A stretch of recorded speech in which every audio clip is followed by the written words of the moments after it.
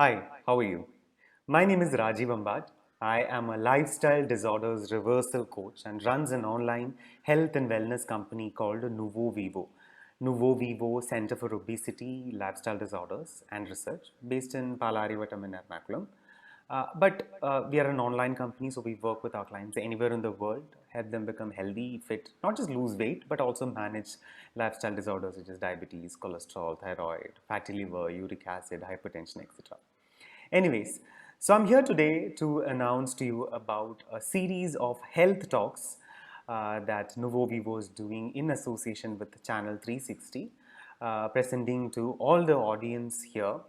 And we're gonna address a lot of topics generally spoken about in a scientific manner, of course. No bro science here.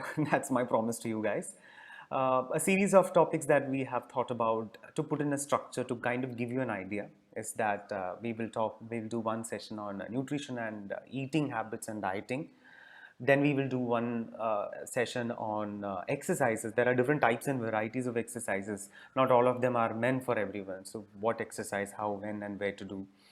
Then we're going to talk about lifestyle disorders specifically and how that can be managed through uh, planned, balanced diet and exercises. And of course, we'll take in a lot of doubts and questions that you may have any, and we will do want to talk on that as well. So in this series of around 5 to 6 episodes that we will be doing, we hope to give you some information of credible, scientific, flexible and sustainable lifestyle changes that one may do to become healthy, fit, and reverse the age, both physically and also in terms of bodily vitals and bodily parameters. So today we're going to talk about nutrition. We're going to talk about eating habits, right? There is this saying that the food that you eat is either the best form of the medicine or the slowest form of the poison. You decide which one that you want it to be. But generally, there is this notion about eating healthy as to be kind of not eating rice, or I'm a Malayali. So you ask me to stop eating rice, it's not possible. It's not possible of me to stop eating rice or those putta or those are the things that I like. But is it possible? Are these the villain which makes a person overweight? There is this general perception that, oh, choru കഴിച്ചാൽ തടി വെക്കും. If you eat rice, then you will become overweight. So we're going to address all that part, okay, so, here today. So I'm going to start with something called a law of conservation of energy or energy balance. Okay, put it very simply or common sensically. We eat food and we get energy through our food, right? And we get energy through something called the basic macronutrients, which are protein, fat, and carbohydrates. So any carbohydrates will be rice and dosa and things like that. Sugar, sweets, everything is carbohydrates. There are different types of carbohydrates, but that's a different topic altogether. Protein, of course, you get it from lentils, legumes, etc. are the vegetarian sources, paneer, etc. And the non-vegetarian sources are, of course, the meat, fish, egg, etc. Yeah, and the fat, of course, is the oil that we use, right? So these are the three macronutrients through which we get energy, which is calorie in or energy in. We spend energy also, right? We spend energy for certain aspects such as exercises, of course. If I'm doing an exercise, I'm spending energy. I'm going to gym and lifting weights. I would be spending energy there, right? So that's one part of my calorie expenditure. Another part of calorie expenditure is activity, non-exercise activity, such as what I'm doing with you right now. I'm talking to you, right? I'm spending energy while I'm talking to you, but it's not part of an exercise, yeah? So that's what we call as NEAT or non-exercise activity thermogenesis, right? So exercise is one part of your expenditure, non-exercise activity is a part of your expenditure. Then there is something called the metabolic activity, which is even if I'm not doing any exercise or any other activities very minimal, my body still would be spending energy for basic sustenance of life. For example, my heart is pumping blood, my lung is expanding and contracting, my internal organs are functioning, for which it needs energy. Yeah, so that is the third part of your energy spend called the metabolic energy spend.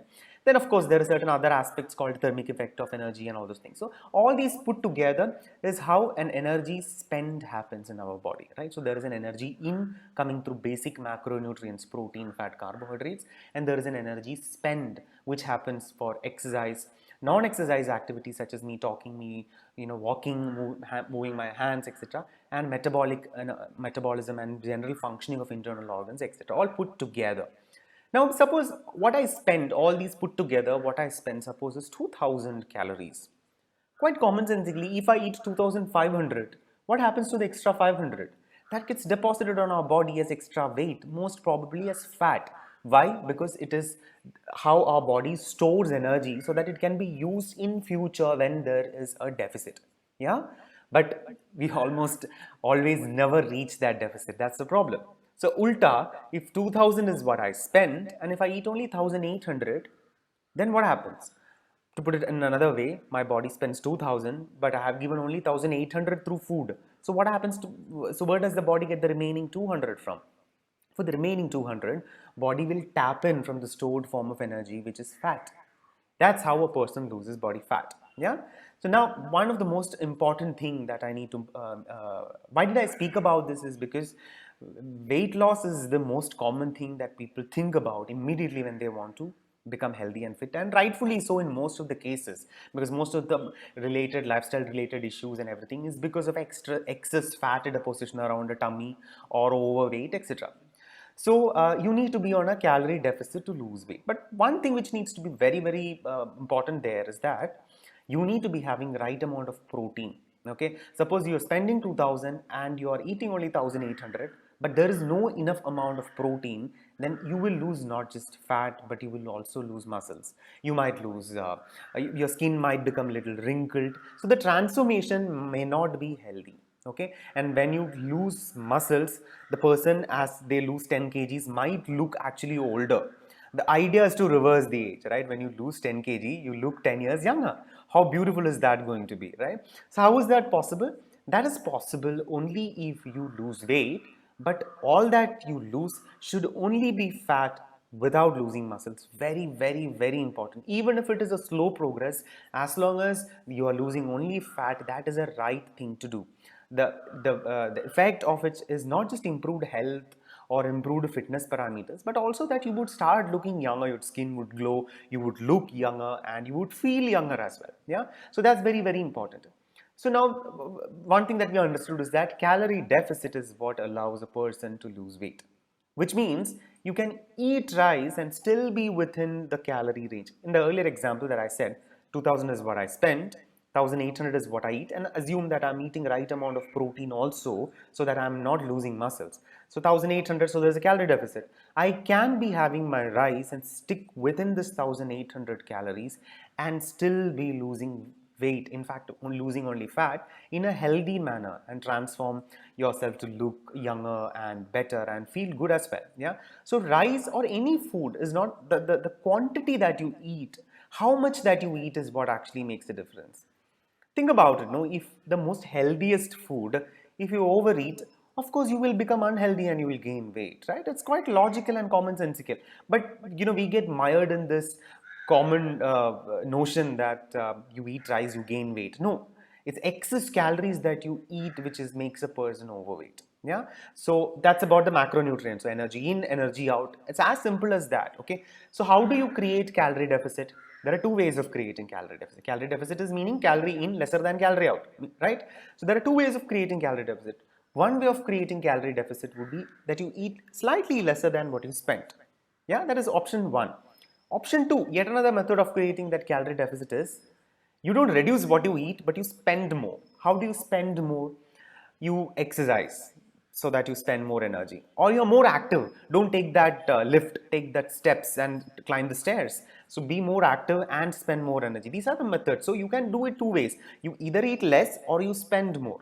The right way of doing this, or the sensible way of doing this, will be reduce what you eat slightly, a little bit, and increase what you spend a little higher, right? So that instead of spending only 2000, you spend 2100. Instead of eating 2000, eat only 1900. So there is a 200 calorie deficit. That is a sensible and the right and more sustainable way of doing things, right? So what I wanted to conclude here and what I wanted to say here is that don't demonize one kind of a food. It's the total food that you eat in a day which makes a difference. Even the healthiest food, our ancestors used to say, adhigamayal amrudum vesham. Even if it is elixir, if you overeat more than what your body needs, you are going to become unhealthy. So it's about the total calorie intake and how you structure that. which really makes a difference. So you need to have a certain amount of protein, certain amount of fat, certain amount of carbohydrates also. And it's always better to do it in a sustainable manner, meaning if you can't have your favorite food once in a while, what is the point in being healthy and fit? You're not going to be fit and healthy inside your mind, are you? So that's what I want to talk about. Yet another thing, a vast topic though, but let me just brush on it, is micronutrients. While we get energy from protein, fat, and carbohydrates, there are certain things called micronutrients, which is vitamins, minerals, vitamin A, D, E, K, B, C, and all these, and minerals such as iodine, so on and so forth, iron, etc., which are important for the normal functioning of the body. Our body does not get energy from these micronutrients, but these micronutrients are very important for the general functioning of the body. Yeah. How do you make sure that you achieve that? Include right amount of vegetables, good amount of vegetables, in fact, of fruits. They are all rich in different types and varieties of vegetables. So make sure that you don't get into a highly restrictive diet, which kind of restricts the varieties of the food that a person can eat. Include all kinds of vegetables, all kinds of fruit. Enjoy the taste and the benefits of different kind of nutrients together, and be sensible.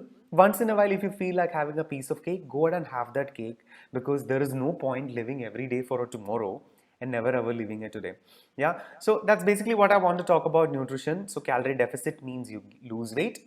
With right amount of protein and right structuring, you lose weight in a healthy manner. Calorie surplus means that you gain weight. Yeah. If you have any specific questions or doubts, do comment in here. Would be more than glad to answer them. You can also check us out. Check NuvoVivo, NuvoVivo on Facebook and on YouTube. You would see a lot of plethora of videos uploaded there. A lot of your questions might already be answered in one of those videos. We'll see you once again with yet another topic. But the next topic that's going to come up is about exercises. What kind of exercises should you be doing? Are all exercises meant for everyone? Should you be doing it according to your age, physical conditions, so on and so forth? That's another topic. See you with that topic once again. I hope you enjoyed this and you like this video. As always, so yeah, stay healthy, stay fit, stay young, and stay safe. Take care.